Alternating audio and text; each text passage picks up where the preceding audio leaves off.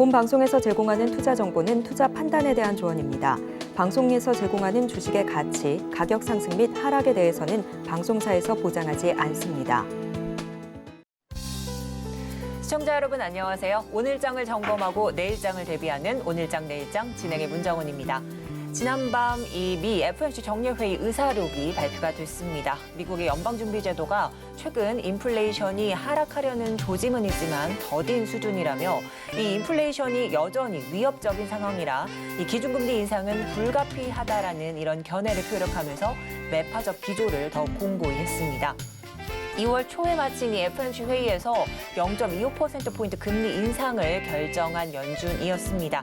하지만 이보다 더 높은 수준인 0.5%포인트 이 금리 인상을 주장했던 연준 위원들이 있었다는 점과 또 연말 기준금리 목표를 지금보다 더 올려야 한다는 견해가 있었다는 점은 시장에 좀 큰 시사점을 주고 있습니다.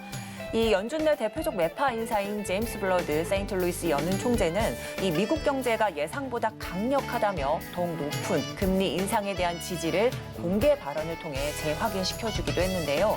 이렇게 매파적인 FOMC 의사록에 뉴욕 3대 지수 혼조 마감했습니다. 나스닥 지수만 마감을 앞두고 겨우 반등에 성공하면서 강보합권 모습을 보였는데요. 하지만 국내 증시, 현재 뉴욕 증시와 디커플링 현상을 보이면서 오름세입니다. 이 매파 발언이 나왔지만 예상 범위를 크게 벗어나진 않았다는 게 시장의 분석인데요. 이에 전일 급락세를 보인 시총 상위주들도 견조한 흐름 나타내고 있습니다. 오늘장을 점검하고 내일장을 대비하는 오늘장 내일장은 생방송 유튜브를 통해 만나보실 수 있는데요. 유튜브에서 서울경제TV를 검색하시면 실시간 스트리밍 참여 가능합니다. 또한 본 방송에서 제공하는 정보는 투자 판단에 대한 조언일 뿐 해당 주식의 가치와 수익률은 보장하지 않습니다. 아울러 서울경제TV와 서울경제신문은 당사의 브랜드입니다. 최근 당사를 사칭하는 피해가 속출하고 있으니 각별히 유의하시기 바랍니다. 그럼 본격적으로 오늘장 내일장 수급 포착부터 출발합니다. 네, 그래서 수급 포착 시간 이어가 보도록 할 텐데요. 이 객장 연결해서 현재 시장 상황 면밀하게 살펴보도록 하겠습니다. 오늘은 다월 투자증권 영업부 이성웅 차장 연결돼 있습니다. 안녕하세요, 차장님. 네, 안녕하십니까? 네, 현재 수급 상황 잠시 살펴보자면 코스피 쪽에서는 외인이 소폭 물량을 담고 있고요. 기관은 2,800원대 물량을 좀 사들이고 있는 모습입니다. 코스닥은 좀 반대 모습인데요. 외인은 매도, 또 기관은 매수 포인트를 좀 잡고 있는데 오늘 좀 주목해야 될 특징주들의 흐름 살펴주시죠. 네, 우선 첫 번째로 기관에서 코스닥 순매수일이죠. 술트룩스 좀 봐야 되지 않나 생각되고요. 오늘 AI 관련주도 굉장히 좋죠. 이 정부가 24시간 전화 상담을 할 수 있는 소아 전문 상담센터 시범 사업을 추진한다는 얘기가 나와주면서 이 원격 의료 관련주, 그러니까 AI 안에서도 의료기기 관련주들이 상승세가 좀 크게 나와주고 있는 상황인데요. 우선 보건복지부 같은 경우가 소아 의료 체계 개선 대책을 발표했습니다. 이 내용 같은 경우가 집에 자녀가 있으신 분은 알겠지만 아이가 갑자기 아플 때 전화로 의료진에게 상담을 받을 수 있는 24시간 어떤 시범 사업에 대한 이 상담센터 에 대한 부분인데요. 그런 점에서 봤을 때 어떻게 보면 윤석열 대통령이 직접 얘기를 했다는 점에서 봤을 때 정책상으로도 크게 나올 가능성이 있지 않을까라고 좀 생각되고요. 그다음에 오늘 장초반부터 가장 시장에서 얘기가 됐던 게 바로 이제 올스텐 임플란트인데요. 기관이 오늘 코스닥 순매수 3위에 지금 올려놨습니다.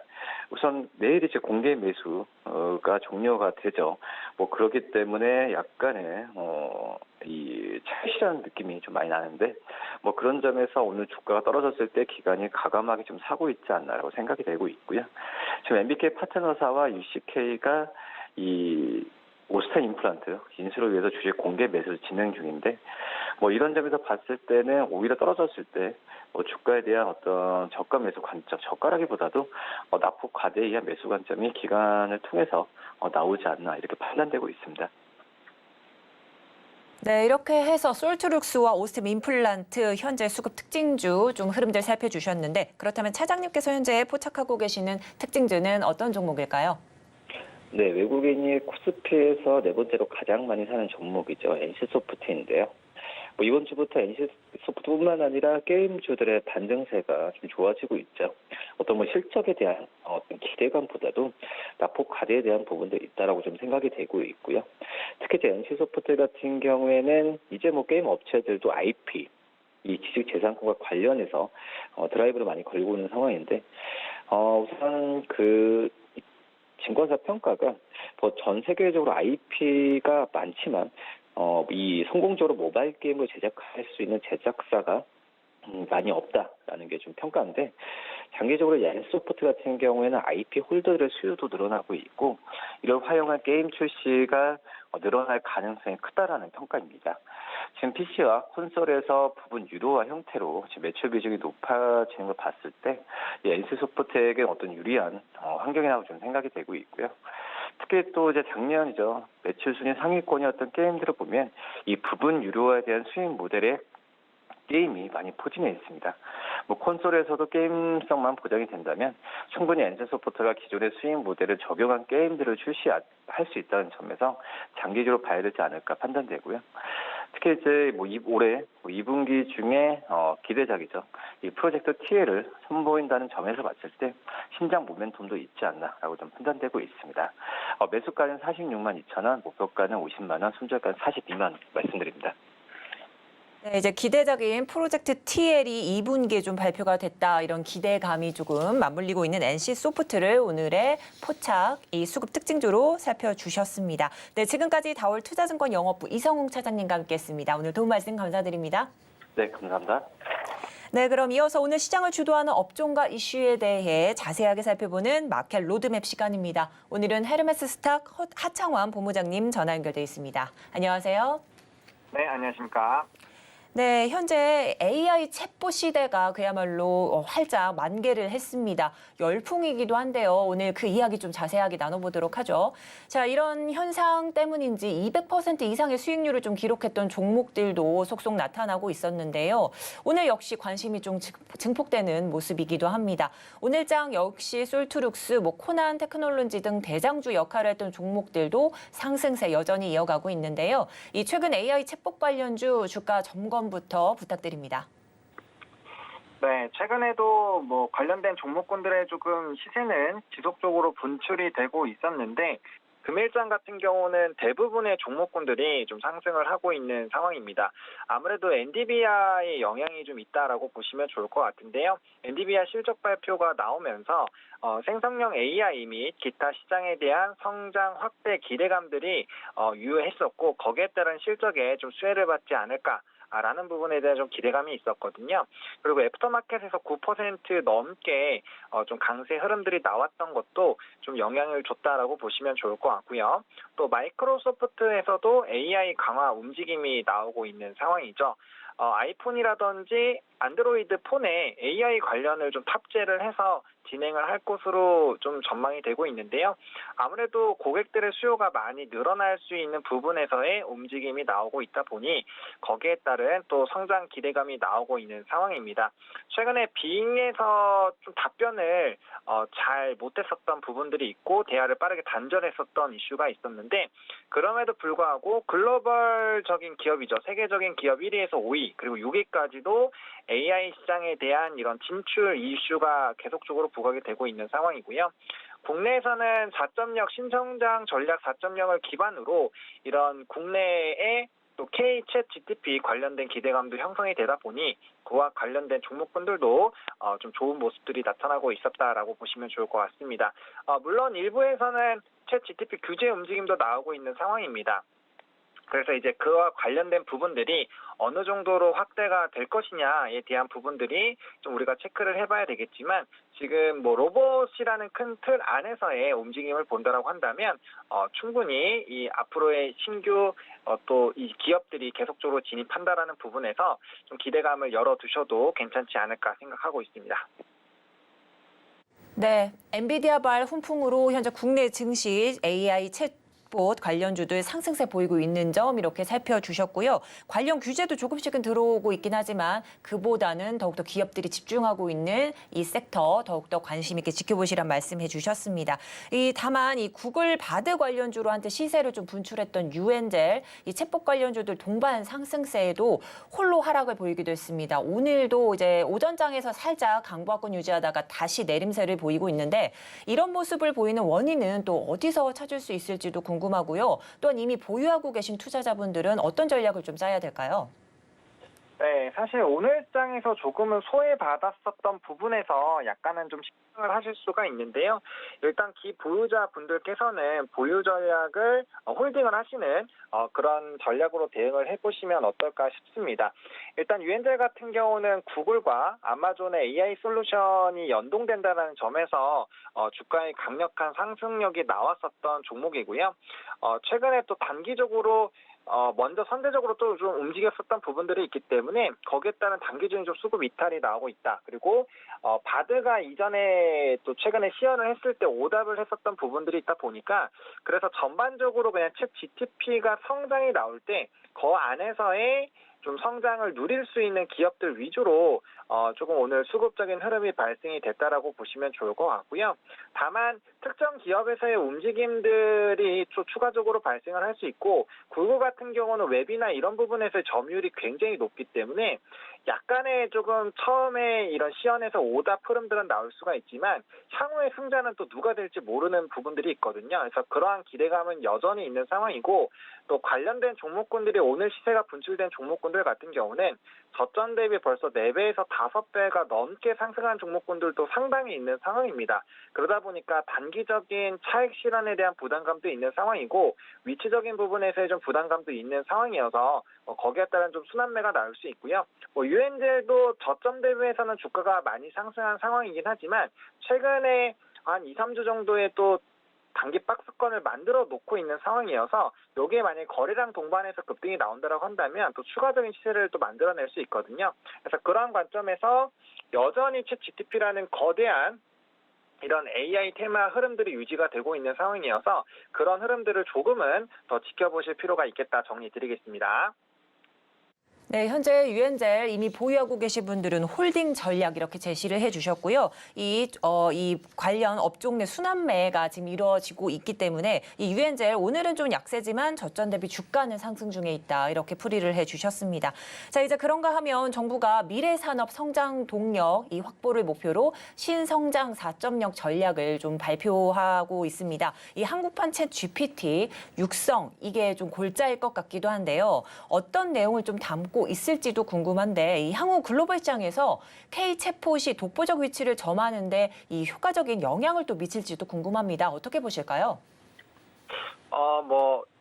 혁신적인 영향을 줄지 안 줄지는 조금은 지켜봐야 되겠지만 그래도 이제 정부의 정책이 뒷받침이 되어준다라고 한다는 거는 그 관련 산업에서 성장하는 데 있어서의 좀 추진력은 충분히 좀 마련이 되지 않을까라고 보고 있는 상황이고요.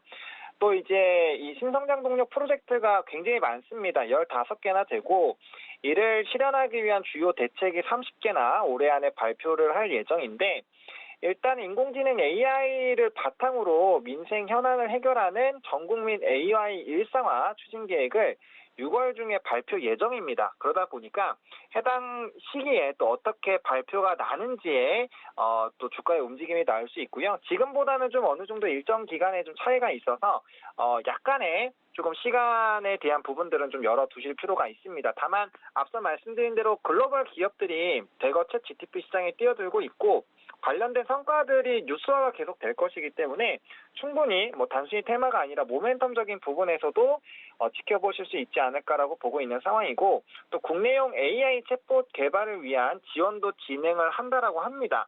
아무래도 이런 부분에서 지원이 나온다라고 하는 것은 중기적인 관점에서도 기대감을 확대시킬 수 있는 부분이라는 점에서는 좀 긍정적이다라고 말씀을 드리도록 하겠습니다. 네, 이 정부 정책이 수반되면 그만큼 좀 추진력을 좀 받게 되겠다 이런 말씀해 주시면서 현재 상승세 단순 테마성 이런 이벤트가 아닌 상승 모멘텀을 좀 꾸준히 가져갈 수 있겠다 이런 말씀해 주셨습니다. 그렇다면 말씀해 주신 것처럼 이 정부의 지원 속에서 수혜가 좀 기대되고 있는 챗봇 관련주들 좀 궁금한데요. 우선적으로 대장주에 좀 접근을 해봐야 될까 이런 의문점도 좀 있습니다. 어떻게 보시나요?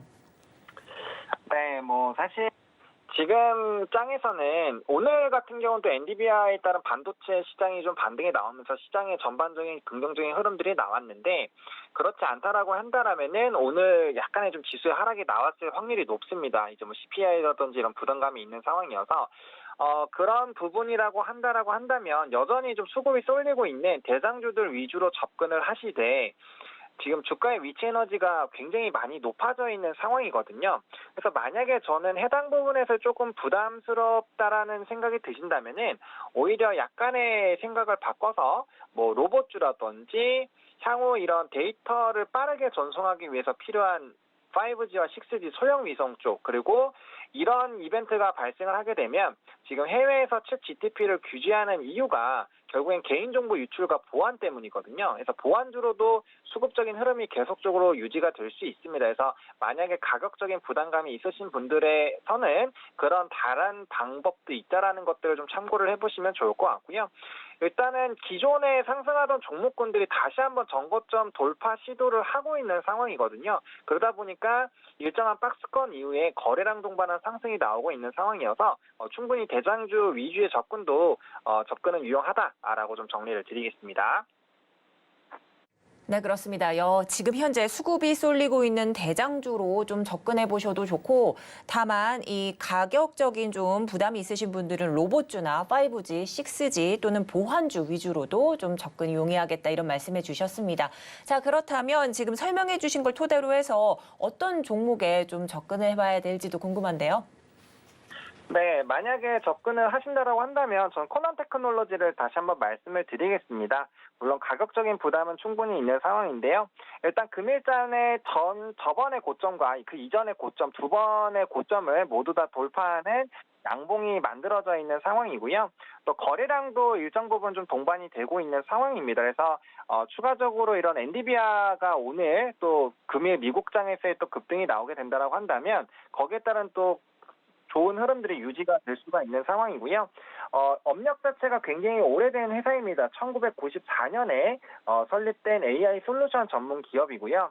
또 자체 AI 원천 기술을 보유하고 있다라는 부분에서 이런 빅데이터 분야의 독보적인 기술과 노하우를 가지고 있는 기업입니다.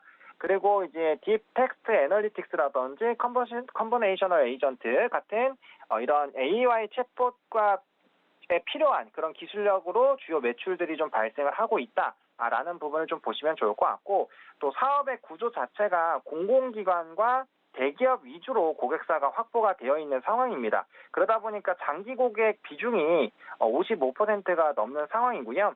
구독경제 형식으로 진행이 되고 있다 보니까 재구매율이 굉장히 높은 사업 구조가 되고 있는 상황입니다. 그래서 이런 사업에 대한 수요들이 늘어나게 되면 자연스럽게 이런 매출의 증가세가 견조하게 유지가 될 수 있다라는 부분들 좀 참고해 보시면 좋을 것 같고요. 이번에 실적 발표는 약간의 조금 저조한 흐름들이 있었는데 앞으로 향후 실적들도 충분히 뒷받침이 되어줄 수 있는 회사다라는 부분들 보시면 좋을 것 같고 최근에 한국항공우주라든지 텔레콤 이런 부분들에서 이제 주주를 좀 형성하고 있다라는 부분도 참고를 해보시면 좋겠습니다. 그래서 오늘 종목으로 제시해 주신 코난 테크놀로지, 이제 뉴욕장 엔비디아 영향도 좀 있겠지만 이 종목 스스로도 끌고 갈 수 있는 기업이다 말씀을 해 주셨습니다. 이 공공기관, 또 대기업 위주 고객사들 좀 포진되어 있는 점도 참고해 주시길 바라겠습니다.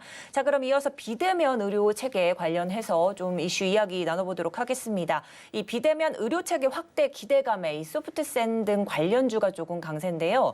이 윤 대통령 최근 좀 심화하는 의사의 소아과 기피 현상을 좀 정책의 잘못이다 이런 좀 비판을 쏟아내고 있는데 이 비대면 의료 체계 확대, 이 소아 의료 체계를 개선하겠다라는 언급도 하기도 했습니다. 다만 앞서 이 비대면 진료 제도와 협의는 좀 난항을 겪기도 했었는데요. 이번에도 이 단기적 상승에 그치지 않을까 이런 우려감도 있습니다. 어떨까요?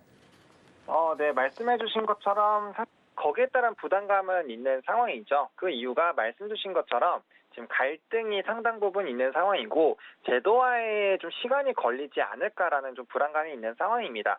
만약에 코로나 상황이 좀 유지가 되고 있었더라면 조금 더 빠르게 제도화가 됐을 텐데 지금 최근에 또 리오프닝 기조가 굉장히 좀 확대가 되고 있는 상황이죠.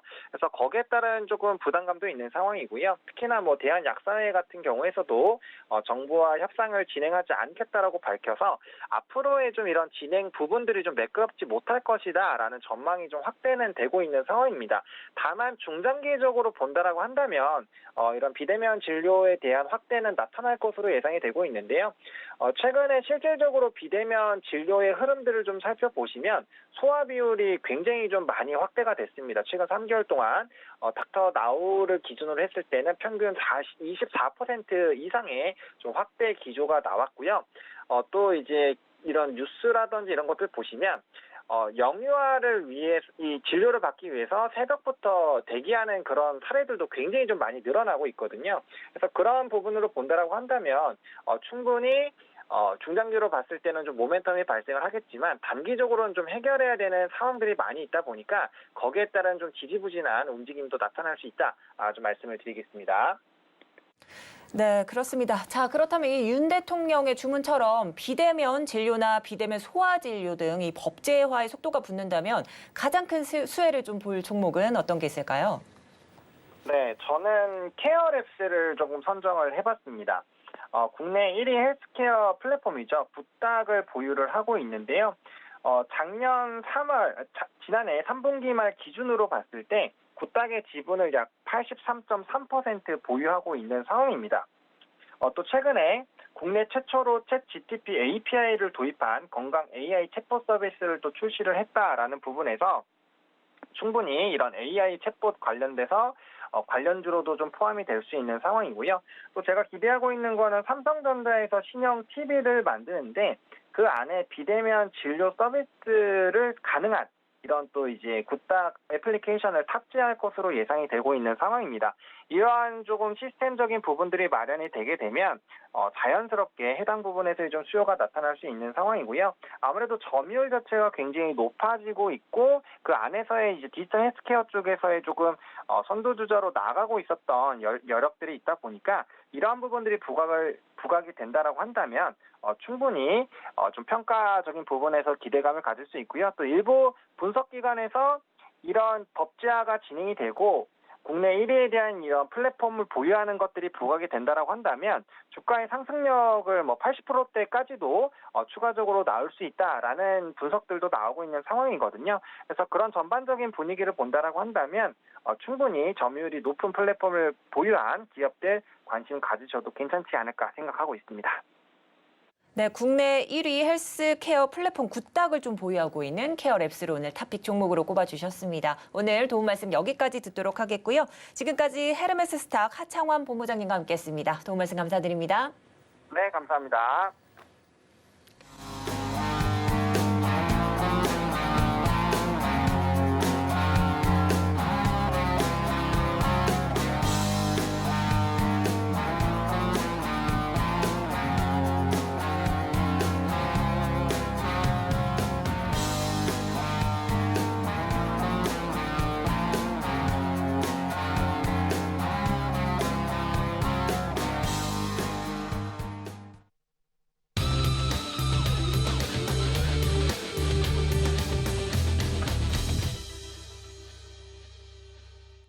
한 달에 한 번 월간 증시 일수를 점검하고 천만 개인 투자자 멘포의 비법 노트를 엿보는 코너죠. 이 국내 증시의 대부 염불리의 촉이 발동하는 시간, 염승환의 촉입니다. 자, 염승환 이사님 나와 계십니다.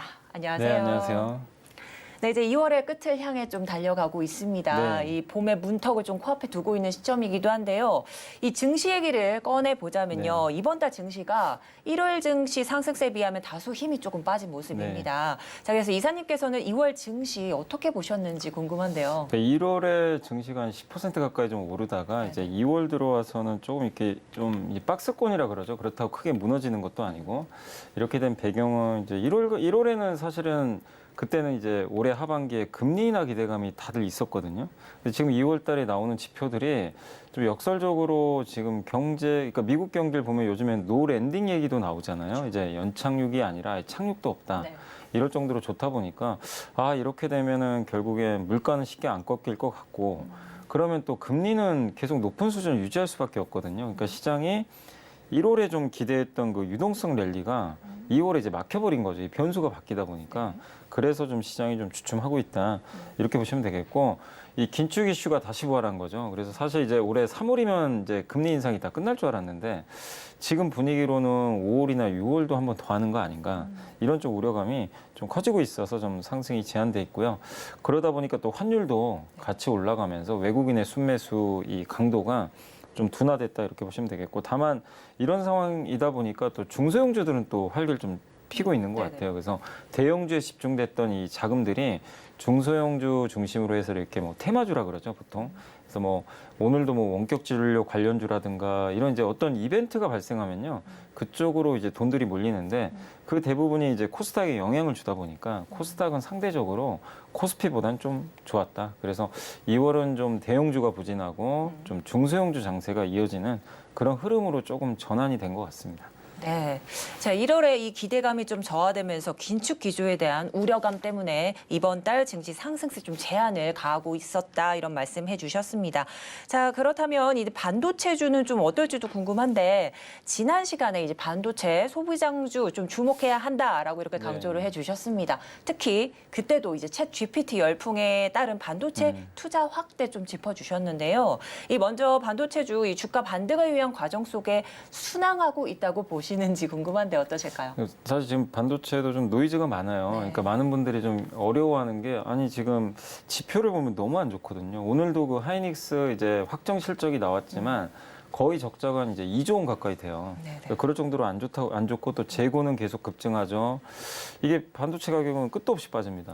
근데 이런 상황이다 보니까 주가는 또 올라요, 반대로. 그러니까 약간 이제 이게 좀 매치가 좀 안 되는 상황인데, 그렇지만 주가는 항상 뭐 주가가 6개월 선행할 수도 있겠지만 이 반도체 업황을 미리 선행하는 그 지표들이 좀 몇 개 있는데, 뭐 글로벌 유동성이라든가 중국의 스마트폰 수요라든가 뭐 이런 여러 가지 것들이, 또 미국의 제조업 경기도 올해 하반기에는 좀 돌지 않을까, 이런 이제 부분들이 미리 좀 선반영이 되고 있다 보니까 그런 것들이 이제 고스란히 반도체 주가에 녹아들고 있다. 그래서 반도체 투자하실 때는 지금 당장에 안 좋은 거 좋은 거 보고 투자하면 거의 필패할 가능성이 높고, 항상 좀 이제 좀 뒤집어서 6개월 후에 어떻게 될까, 이거를 좀 예측하셔서 투자하는 게 좀 합리적이다, 이렇게 말씀드리고 싶고, 또 여기다 불을 지폈던 게 사실은 좀 챗 GPT, 여기에 이제 우리나라 메모리 반도체도 많이 들어갈 가능성이 높기 때문에 좀 수혜가 기대되는데, 근데 그 중에서도 역시 이 인공지능 반도체를 만들기 위해선 첨단 후공정 패키징이라 그래가지고, 이제 후공정은 반도체를 만들고 나서 조립하는 거거든요. 조립해서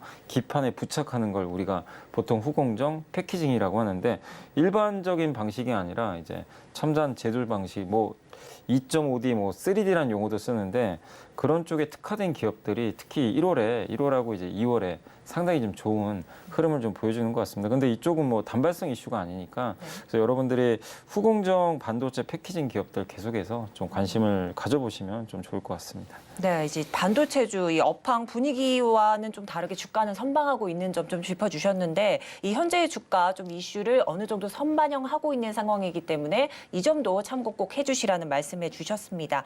자, 이제 그렇다면요, 이 챗 GPT도 잠깐 살펴봐야 될 것 같습니다. 이 일부 종목은 올해 들어서 200% 이상의 수익률을 좀 보이기도 했습니다. 정말 놀라운데요. 이 AI 챗봇 관련주들 이미 보유하고 계신 투자자분들도 분명히 많으실 텐데, 그리고 또 신규 접근을 좀 고려하는 투자자분들도 계실 겁니다. 각각 또 투자 전략은 또 어떻게 가져가야 될까요? 이게 이제 처음에는 그 메타버스처럼 정말 주가들이 화끈했는데, 근데 지금은 좀 고민이 되는 게, 이게 진짜 메타버스처럼 되면 어떡할까? 왜냐하면 메타버스 안 좋아졌잖아요. 근데 이제 꼭 그럴 것 같지는 않아요. 그러니까 챗 GPT는 분명히 좀 이 세 가지 면에서는 좀 괜찮은 것 같아요. 생산성, 그러니까 뭐냐면은 기업들의 비용을 줄여줄 수가 있습니다. 그러니까 일례로 뭐 기업은 아니더라도 내가 어떤 작업을 할 때 시간을 단축해 줄 수 있어요. 내가 원하는 답을 바로 찾아주잖아요. 그런 생산성 면에서 좋고 또 편리합니다. 그냥 내가 질문만 하면 돼요. 그래서 되게 좋고 또 범용성도 있죠. 이 대중화되기 쉬운 요건들을 갖추고 있어서 저는 뭐 메타버스보다는 훨씬 더 좀 파급 효과가 좀 있지 않을까 이렇게 보고 있고, 다만 이제 이거를 주도적으로 할 수 있는 업체들은 빅테크, 플랫폼 기업들이 될 것 같아요. 그래서 뭐 구글이라든가 마이크로소프트, 우리 한국에선 네이버나 카카오, 또 이 데이터 센터라든가 클라우드를 갖고 있는 또 통신사들, 뭐 SK텔레콤이나 KT 같은 기업들이 이런 걸 이제 주도적으로 끌고 갈 것 같은데, 다만 이제 주가로 보면 국내 중소형 기업들이 주가가 정말 많이 올랐잖아요. 근데 그 기업들이 관련이 없다는 건 아닌데 너무 이미 이런 기대감들을 선반영해가지고 주가 일부 기업은 뭐 400% 정도 올랐잖아요. 그래서 여기서부터 이제 여러분들이 신규 접근은 좀 저는 좀 개인적으로 너무 늦었다. 네. 예, 그래서 그쪽보다는 그런 기업들을 많이 투자하신다면 검증을 하셔야 돼요. 실제 돈 버는지. 돈을 못 벌고 이게 연관성이 없다고 판명이 나면요, 주가는 부러져 버리거든요. 근데 그게 보통 빠지는 게 아니라 많이 올랐기 때문에 산이 높으면 골이 깊어요, 또. 그렇죠. 그래서 그 점은 유의하시고, 그래서 저는 오히려 좀 편안하게 접근할 수 있는 건 결국 이걸 하려면 반도체 필요하거든요. 네네. 그래서 반도체가 좀 더 낫지 않을까 이렇게 좀 말씀을 드리고 싶습니다. 네, 이제 챗 GPT, 뭐 생산성, 편리성, 범용성까지 조금 아우르고 있는 이 인공지능 이 관련 업황이기 때문에 아무래도 또 이 챗GPT를 좀 끌고 가고 있는 이 기업들, 빅테크 기업들이다 이렇게 말씀해 주셨는데, 현재 신규 접근을 조금 고려하고 계시는 분들은 주의를 좀 요하셨고, 반대로 또 반도체주에 조금 관심을 돌려보시는 게 어떨까 이런 말씀해 주셨습니다. 자, 이제 앞서 2월 증시 얘기 잠깐 좀 살펴봤었는데요. 그 지난달 증시 흐름 좀 살짝 엿봤었죠. 근데 1월 증시 예상 밖의 랠리였습니다. 이 때문에 기존의 상저하고 전망에서 상고 하저론으로 그 전망이 좀 확산되고 있는데, 네. 이 반대로 2월 증시는요, 이 등락을 거듭을 했습니다. 이 다가오는 3월 우리 증시에도 봄바람이 찾아올 수 있을지 염승한 이사님과 투자 전략 업데이트 해보도록 하겠습니다. 이 염승한 이사가 선정한 월가 주식 키워드 화면으로 확인해 보겠습니다. 네, 현재 기대감이 증폭되다가 이내 사그라져 버리는 일명 양치기 소년과도 같은 중국 리오프닝 관련주들부터 이 매파적 기조를 짙게 가져가려는 미 연준의 입장, 다시 타이트한 긴축에 돌입되는 건지 우려감이 가시지 않은 상황 속에서 어게인 긴축이라는 이 키워드까지 대두되고 있습니다. 또한 이 최근의 실적 쇼크를 딛고 반등에 성공할 수 있을지 귀추가 주목되는 디스플레이 업종들까지 면밀히 살펴보도록 하겠습니다. 네, 염승한 이사가 선정한 3월의 증시 키워드 화면으로 만나보고 왔는데요. 하나씩 살펴보도록 하겠습니다. 먼저 어게인 긴축부터 이야기 나눠보도록 하겠습니다. 오늘 금융통화위원회 결과도 발표가 됐는데, 이 예상대로 금통위가 기존에 연 3.5%로 금리 동결이라는 결정을 내렸습니다. 하지만 향후 추가 인상 가능성도 좀 열어뒀는데, 이사님은 좀 어떻게 보셨을까요? 네, 저는 이제 오늘 또 보면서 느낀 게 그냥 장기간 동결로 갈 것 같아요. 그러니까 올릴 가능성이 좀 높지는 않다라고 좀 보는 게, 우리 한국은 일단 좀 내수 경기가 굉장히 안 좋고요. 거기다가 부동산 문제가 좀 상당히 좀 심각하죠. 요즘에 부동산 가격도 계속 떨어지고 있고, 이게 경기에도 좀 영향을 안 줄 수는 없잖아요. 그러다 보니까 이 한은 총재 입장에서도 금리를 그냥 마냥 올리기는 상당히 좀 부담스러웠던 상황이었던 것 같아요. 지금 미국과 금리 차가 많이 벌어졌는데도 동결을 했다는 건 결국 물가나 환율이 우리 예상 범위 밖으로만 튀지만 않는다면 결국 상당 기간 동결을 할 가능성이 높고, 하반기는 여전히 금리 인하할 가능성도 저는 뭐 한 번 정도 있다고 좀 보는 게, 미국이 결국 하반기에 금리가 결국 이제 인상 기조가 끝나버리거든요. 올해 상반기에 끝나고 이제 하반기에 동결로 갈 텐데, 그럼 이제 미국 금리에 대한 부담감은 해소가 되고요. 그 상황에서 만약에 지금 한국은행에서 얘기한 대로 지금 올해 하반기 물가 목표치를 3.3%대로 좀 잡아놨거든요. 근데 만약에 3%대까지 떨어지면 기준금리보다 밑으로 가게 됩니다. 이 물가가. 그러면은 한 번 더 그 금리를 낮춰줄 여지는 충분히 있게 되거든요. 그래서 그러니까 물가 수준만 저는 좀 안정화가 된다라면은 충분히 금리 인하도 한번 기대해 볼 수 있는. 근데 물론 이제 오늘 원론적으로 발언을 하셨어요. 금리 인하 아직은 생각하지 마라. 이렇게 하셨습니다. 분명히 미리 언급을 하시더라고요. 그렇지만 그거는 언제든지 또 바뀔 수 있는 거니까 일단은 상반기까지는 계속 좀 동결적으로 간다라고 보시면 좋을 것 같습니다. 네, 이렇게 해서 국내 기준금리 상당 기간 금리 동결을 조금 전망해 주시면서 하반기에는 금리 인하 가능성도 이렇게 제시를 해 주셨는데요. 자, 그럼 최근 연준 긴축의 시계 다시 좀 점검을 해보자면 다시 빨라지는 모습입니다. 이 주요 인사들은 빅스텝 인상을 지지하는 이런 발언도 좀 쏟아내면서 매파적 입장을 조금 표현하기도 했는데 이런 모습을 놓고 봤을 때 이 인플레가 연준의 예상과 다르게 흘러가는 건지 좀 궁금한데요. 이제는 연준 행보를 두고 매가 아닌 이 독수리가 날개를 펼친다는 비유를 하기도 합니다. 이렇게 연준의 추가 긴축 우려가 부각되는 원인은 어디에 있다고 보실까요? 연준 입장에서는 지금 의도적으로라도 이렇게 센 발언을 할 수밖에 없는 게 일단 증시가 많이 올랐어요. 그러면은 또 기대감이 높아집니다. 그리고 요즘에 금리 인하 기대감 되게 높았잖아요. 이걸 사실 좀 눌러줘야 됩니다. 왜냐하면 이게 자꾸 금리 인하 기대감이 생기면 물가를 또 상방으로 자극시켜 버리거든요. 그런 부분도 있고 지금 연준이 어쨌든 작년에 9%까지 갔던 물가가 이제 6까지 떨어졌고 이걸 바짝 고삐를 좁혀가지고 3까지는 일단 떨어뜨려 놔야 되거든요. 근데 여기서 어설프게 좀 뭐 희망을 주게 되면 물가가 또 안 잡히게 됩니다.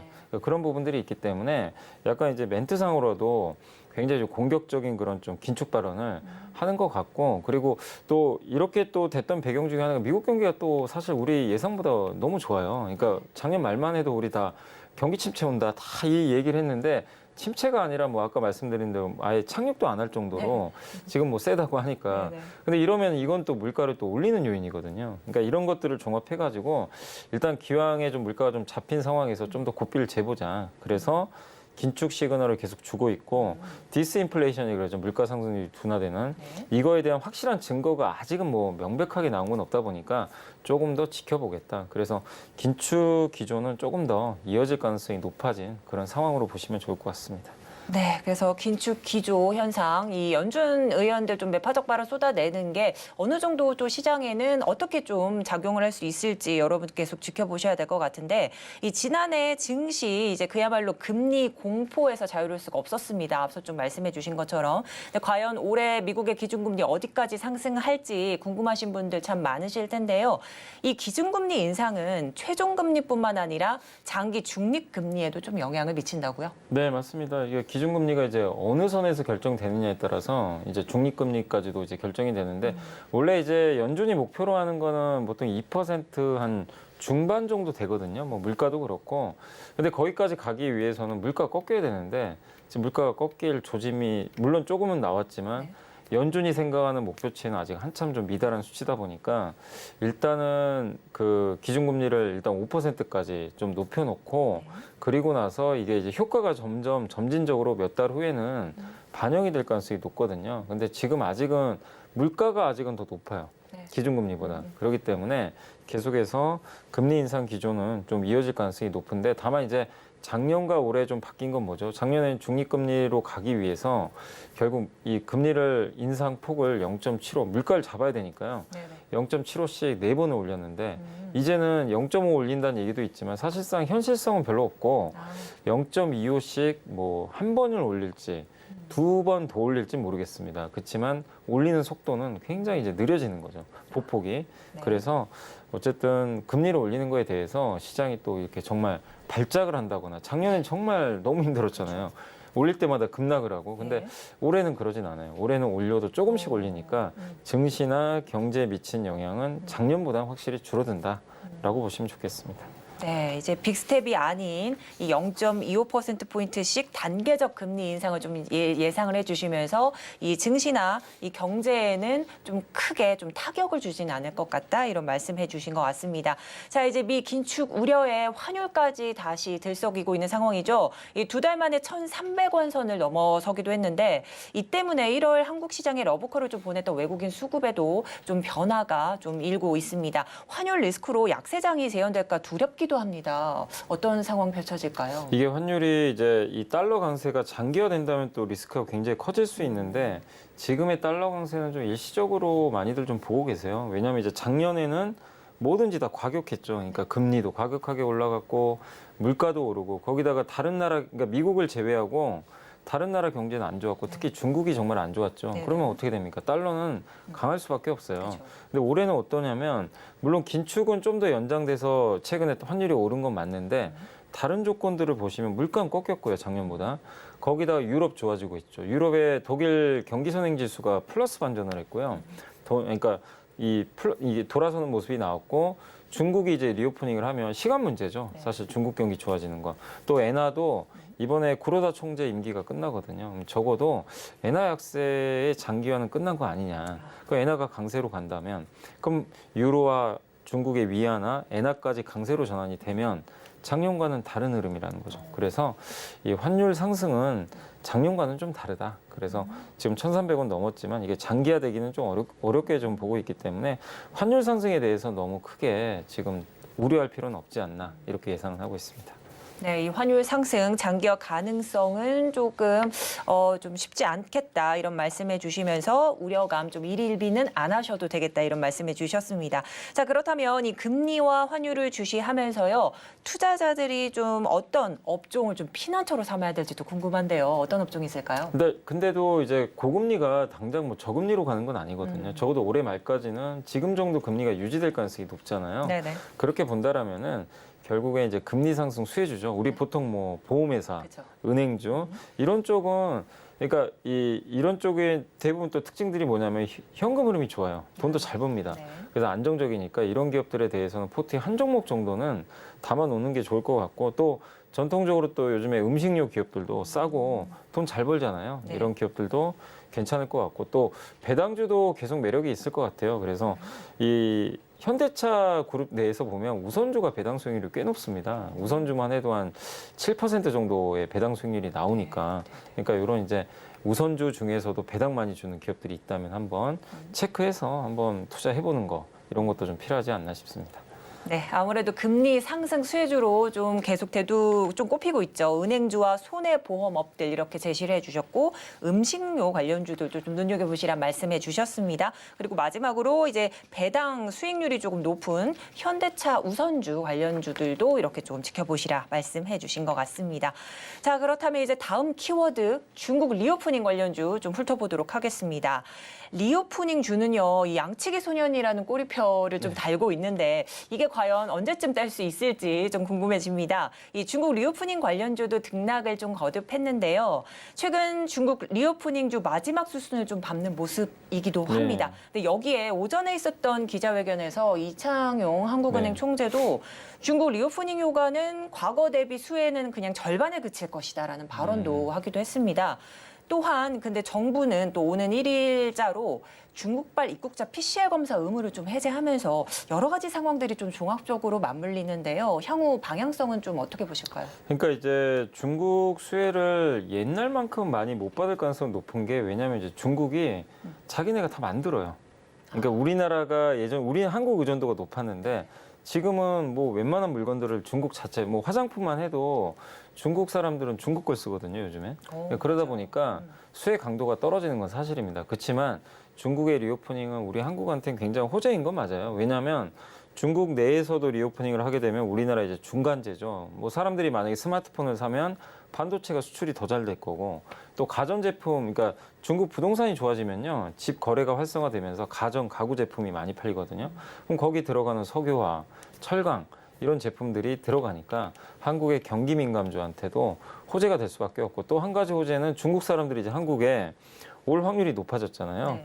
그래서 중국발 지금 PCR 이제 3월 1일부터 이제 중단이 되거든요. 이제 중국에서 올 때 한국에 들어올 때 PCR 검사를 하지 않아도 됩니다. 네네. 그러면 중국 사람들이나 관광객이 더 많이 들어오겠죠. 그렇죠. 근데 중국 사람들이 한국에서 소비를 하게 되면 그 소비가요, 그러니까 외국인 소비죠.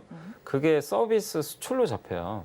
그럼 당연히 우리나라 수출에도 어쨌든 플러스 알파 효과가 생기게 됩니다. 그래서 중국의 이제 본격적인 이런 리오프닝은 어쨌든 강도 자체는 좀 예전만 못한다 하더라도 분명한 올해 플러스 요인이다라고 말씀을 드리겠습니다. 네, 이제 자국 내 의존도가 좀 높아진 중국에 대한 우려감은 좀 계속되고 있는 상황이지만 하지만 이 문이 좀 열린다면 중국인 입국자로 이제 우리나라에서 좀 수혜를 어느 정도는 볼 수 있는 상황 이렇게 짚어주셨습니다. 자, 이제 그렇다면요. 중국 내 상황도 살펴봐야 될 것 같습니다. 이제 1월에 중국의 리오프닝 효과는 다소 미미했었는데 이 주요 지표들 부진했지만 2월은 좀 리오프닝 효과 좀 보다 가셔야 될 것으로 관측이 되고 있습니다. 양회도 좀 앞두고 있죠. 네. 이 이런 상황 속에서 중국 리오프닝 효과 이제 본격화될 수 있을까요? 저는 이제 중국 리오프닝 효과는 좀 시기의 문제다. 결국엔 이제 아직은 예상보다는 좀 미미해요. 아직까지는 중국 사람들이 돈을 많이 안 쓰고 있습니다. 그게 저도 이게 한번 좀 조사를 해보니까 중국이 결국 두 가지거든요. 부동산이 좋아야 돼요. 그게 크고 아직 부동산 안 좋아요. 중국은 아직은 안 좋고 그래서 정부가 지금 뭘 하냐면 중국 정부가 부동산 규제를 많이 풀고 있습니다. 뭐 전매 제한 완화라든가 이런 것들을 많이 풀어주고 있기 때문에 근데 그거 푼다고 당장 뭐가 바뀌는 건 아니거든요. 시차가 있으니까. 그렇지만 중국 부동산은 중국 가계 소비의 38%를 차지해요. 그래서 굉장히 비중이 커요.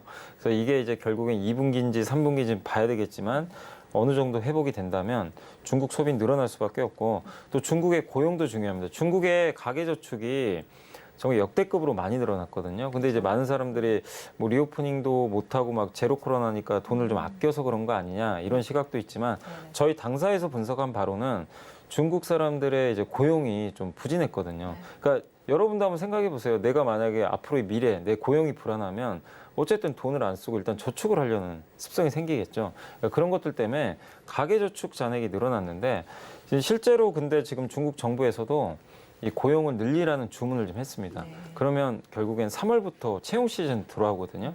그러면 그때부터 좀 소비가 활성화될 수 있고 또 소비 부양이 또 기대되는 게 중국 지하철 건설이 거의 다 끝났대요. 그러면 이제 15분 생활권이라고 하는데 옛날에 1시간이었거든요. 15분 내에서 지하철 타고 소비하러 돌아다닐 수가 있어요. 그러니까 이런 세 가지 조건들이 좀 맞물리기 때문에 결국 저는 시간의 문제다. 좀 회복될 가능성 높다. 이렇게 보고 있습니다. 네. 그러면 이제 마지막 키워드로 한번 넘어가 보도록 하겠습니다. 디스플레이 업종 희망의 빛 이 키워드인데 최근 디스플레이 업종이 실적 쇼크를 딛고 이제 주가 호조세 보이기 시작을 했습니다. 이 배경은 좀 어디에 있다고 보실까요? 일단 이제 안 좋으면 사람도 그렇지만 기업도요. 생존을 하기 위해서 노력을 합니다. 그게 뭐죠? 감산을 해요. 반도체도 그렇잖아요. 그러니까 디스플레이는 더 안 좋았죠. 그래서 우리 한국의 LG 디스플레이뿐만 아니라 중국의 BOE 같은 기업들이 감산을 하면서 결국에 이제 이 공급이 줄면서 업황이 좀 반전을 하기 시작을 했고 또 이 기존에는 이제 OLED가 들어가는 제품들이 한정돼 있었는데 최근에 뭐 애플 아이패드 뭐 아니면 AR 기기 이런 데 탑재된다라는 그런 뉴스들이 나오다 보니까 새로운 수요처가 좀 부상한다라는 그런 기대감. 그래서 공급 감소, 새로운 수요처 기대감. 이 두 가지가 맞물려 가지고 최근에 분위기가 좀 개선됐다라고 말씀을 드리겠습니다. 네, 최근 이렇게 디스플레이 좀 개선된 모습 이렇게 말씀해 주셨는데 그렇다면 이제 차량용 디스플레이를 비롯해서 뭐 아이패드나 맥북 이런 곳에 또 올 LED 패널 적용 소식까지 좀 기대감을 높이고 있습니다.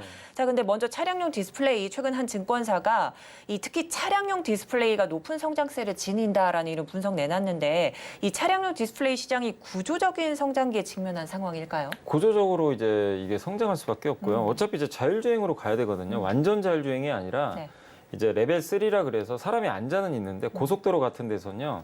어쨌든 자율주행으로 그냥 가는 기능이거든요. 현대차도 내놓을 거고 이제 벤츠도 그쪽에 이제 투자한다고 하니까 그러려면 결국 앞에 계기판들이 정말 중요합니다. 차량용 인포테인먼트라고 하는데 지금 우리 앞에 있는 운전석이 아니라 저 조수석까지 연결이 돼요. 그렇기 때문에 이 앞으로 디스플레이 이 차량용 시장 커질 수밖에 없고 특히 이제 요 부분에 대해서 이제 우리나라의 LG 디스플레이나 또 그걸 받아서 만드는 뭐 LG전자 이런 기업들의 경쟁력이 뛰어나기 때문에 저는 차량용 디스플레이 시장 성장은 이제 올해부터 좀 본격화되지 않을까라고 예상을 하고 있습니다. 네, 이제 본격화될 디스플레이 시장 이렇게 짚어주셨습니다. 자, 그럼 앞서 이제 선정해 주신 키워드의 염승환 이사님이 초기 본격 가동될 시간인데요. 오늘 3월 좀 계좌를 웃게 할 업종 무엇일지 공략 업종과 투자 전략 한번 전해주시죠. 아까 이제 말씀드린 거에 몇 개 좀 힌트가 있는데 이제 저는 어쨌든 이제 3월도 뭐 증시가 뭐 엄청 오른다 이거보다도 종목 장세로 보고 있는데 결국 보험업종 오늘도 보험업종 괜찮은데 배당도 많이 주니까 한번 관심을 가져보시고 중국 소비와 관련해서는 결국엔 석유화학 업종 괜찮지 않을까. 중국이 이제 부동산 부양하면 거기 들어가는 가전이나 가구 쪽에 중간재로 석유화학 제품들이 많이 들어가거든요. 그런 쪽도 괜찮을 것 같고 또 요즘에 오늘 태광이란 기업이 실적이 되게 잘 나왔는데 조선 기자재가 작년에 좋았다가 하반기부터 좀 시들시들했거든요. 근데 실적으로 또 오늘 증명을 했으니까 뭐 피팅이라든가 조선 기자재 업체들 관심을 가져보시고 그다음에 중국 사람들 한국에 거의 못 왔잖아요. 지난 몇 년간. 유커들이 올 것 같은데 네. 그렇게 되면 어디 가겠습니까? 면세점, 백화점 가서 돈을 좀 쓰겠죠. 그렇죠. 근데 주가도 되게 좀 저평가돼 있으니까 백화점 관련주들도 한번 보시고 호텔까지 네. 연결해서 한번 관심을 가져보시면 좀 좋을 것 같습니다. 네, 그럼 오늘 도움 말씀 여기까지 듣도록 하겠습니다. 지금까지 이베스트 투자증권 염승한 이사와 함께했습니다. 오늘 도움 말씀 감사드립니다. 감사합니다. 네, 오늘장 내일장도 마칠 시간이 됐습니다. 본 방송에서 제공하는 정보는 투자 판단에 대한 조언일 뿐 해당 주식의 가치와 수익률은 보장하지 않습니다. 아울러 서울경제TV와 서울경제신문은 당사의 브랜드입니다. 최근 당사를 사칭하는 피해가 속출하고 있으니 각별히 유의하시기 바랍니다. 오늘 준비한 소식은 여기까지입니다. 저는 잠시 뒤 마감 임박 60분의 승부로 돌아오겠습니다. 함께해 주신 여러분 고맙습니다.